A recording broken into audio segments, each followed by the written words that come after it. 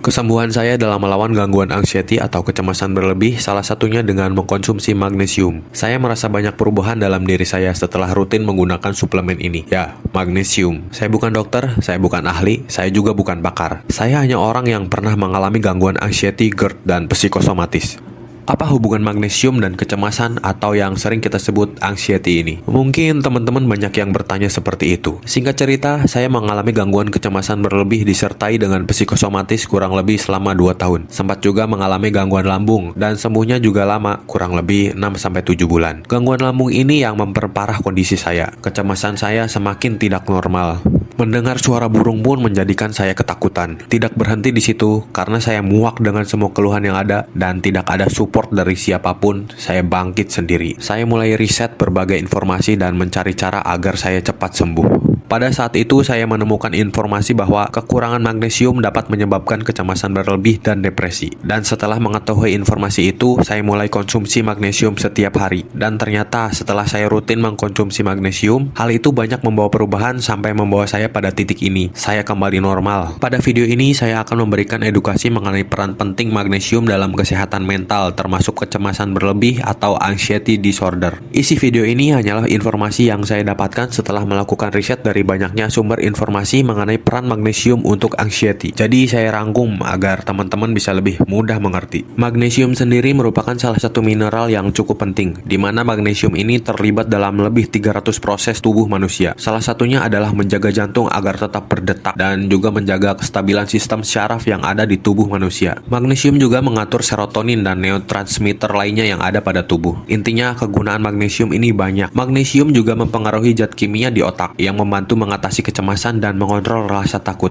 Yang pada intinya jika asupan magnesium kita tercukupi, kecemasan bisa berkurang dan bisa diatasi. Sekarang mungkin teman-teman berpikir, kalau magnesium ini sangat bagus untuk tubuh, dan magnesium ini juga sebenarnya sudah ada dalam makanan keseharian kita. Tapi kenapa ada orang yang mengalami kecemasan dan depresi? Menurut National Institute of Health, ada sekitaran 68% populasi manusia yang kekurangan magnesium. Jadi asupan magnesiumnya tidak tercukupi, dan hal itu yang menjadikan masalah dan berpengaruh pada tubuh dan zat kimia di otak. Dan bahkan semisal teman-teman udah rutin konsumsi magnesium, terus asupannya udah tercukupi nih. Kalau teman-teman mengalami stres dan kecemasan, hal ini juga yang akan menguras banyak kadar magnesium dalam tubuh. Apalagi kalau cemas berkepanjangan sampai berbulan-bulan, kadar magnesiumnya tambah berkurang, yang dapat mempengaruhi zat kimia pada otak dan syaraf. Jadi mekanismenya seperti ini teman-teman. Pada saat kita mengalami stres fisik, seperti terkena penyakit atau kecemasan, ketika keadaan stres tersebut ada peningkatan tekanan pada sistem syaraf simpatik. Saraf simpatik ini adalah saraf yang mengatur respon fight or flight. Respon fight or flight ini merupakan mekanisme pertahanan tubuh yang otomatis aktif kalau kita merasa ada bahaya atau ancaman. Terus kalau kamu merasa ada ancaman, respon fight or flight ini mengeluarkan hormon stres, yaitu hormon kortisol dan hormon adrenalin. Nah, pada saat peningkatan hormon stres ini keluar, peningkatan ini yang membuat tubuh mengeluarkan lebih banyak magnesium lewat urin, lewat air kencing kita. Jadi pada saat kita stres atau cemas, orang normal yang kadar magnesiumnya tercukupi pun juga bisa mengalami kekurangan magnesium. Apalagi orang-orang yang mengalami gangguan kecemasan berlebih setiap hari. Saya juga menemukan ada beberapa penelitian mengenai ini. Para peneliti melihat fenomena ini ketika mereka mempelajari sekelompok mahasiswa pada saat mengikuti ujian akhir. Sebelum ujian, para siswa memiliki kadar magnesium yang normal dan menjadi kekurangan pada saat berada di bawah tekanan ujian. Jadi, pas sebelum ujian, para mahasiswanya tuh normal magnesiumnya. Kemudian setelah ujian, kandungan magnesiumnya tuh turun karena tekanan sewaktu ujian. Kita sendiri pasti stres lah kalau ada ujian sekolah, apalagi kalau ujian akhir. Karena terkadang muncul kecemasan, takut hasil nilai ujiannya jelek, bahkan takut tidak lulus gara-gara ujian. Tapi pada kondisi ini penurunan magnesiumnya hanya sementara, karena tekanan dan kecemasannya hanya ada pada saat ujian aja. Kondisinya dapat pulih dan normal kembali ketika tekanan stres tersebut hilang. Tapi sekarang teman-teman bayangkan, orang yang memiliki gangguan kecemasan atau depresi, orang tersebut menjadi kekurangan magnesium,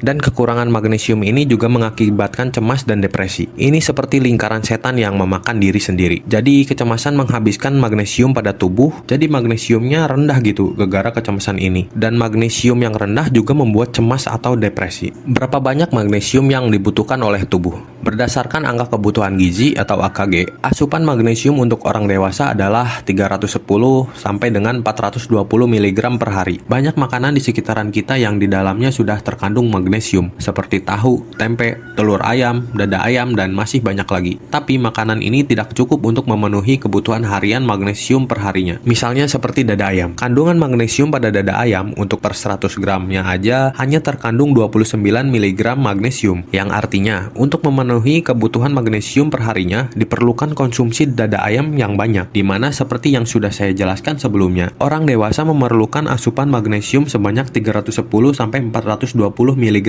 perharinya. Jadi, untuk mendapatkan magnesium sebanyak 300 mg saja, teman-teman harus mengkonsumsi dada ayam sebanyak 1 kg perharinya. Jadi, teman-teman harus makan dada ayam sebanyak 1 kilo gitu, biar asupan magnesiumnya terpenuhi. Maka dari itu, sekarang teman-teman punya alasan bagus untuk mengkonsumsi suplemen magnesium. Suplemen ini baik kalau kamu nggak bisa makan cukup atau sedang memiliki gangguan pencernaan. Saya pun juga konsumsi magnesium, karena berat rasanya kalau saya tiap hari makan dada ayam dengan jumlah yang banyak. Terlebih berat di kantong gitu, soalnya harganya juga lumayan. Alasan lain saya konsumsi suplemen magnesium adalah karena kecemasan yang sudah tidak terkontrol, yang menjadi kecemasan berlebih atau anxiety disorder. Jadi biar asupan magnesium pada tubuh kembali normal gitu. Karena seperti yang sudah saya katakan sebelumnya, pemicu kecemasan bisa terkait dari kurangnya kadar magnesium pada tubuh. Kemudian kecemasan juga bisa menguras kadar magnesiumnya. Saya pun juga menyadari karena saya cemas setiap hari, dan saya juga merasa kurang asupan nutrisi dari makanan. Karena makanan saya itu-itu aja, dan jumlahnya jauh dari kebutuhan harian yang diperlukan oleh tubuh. Makanya saya konsumsi magnesium, dan setelah rutin mengkonsumsi magnesium ini, keadaan saya semakin membaik, jauh berbeda dari sebelumnya. Kecemasan saya pun kadarnya turun drastis. Tapi bukan hanya magnesium saja. Menurut saya ini adalah suatu sarana penunjang untuk kesembuhan. Karena selain mengkonsumsi magnesium, juga saya minum beberapa suplemen dan vitamin lainnya, seperti vitamin B kompleks, vitamin D3, dan omega 3, serta beberapa latihan pola pikir agar pikiran saya kembali normal.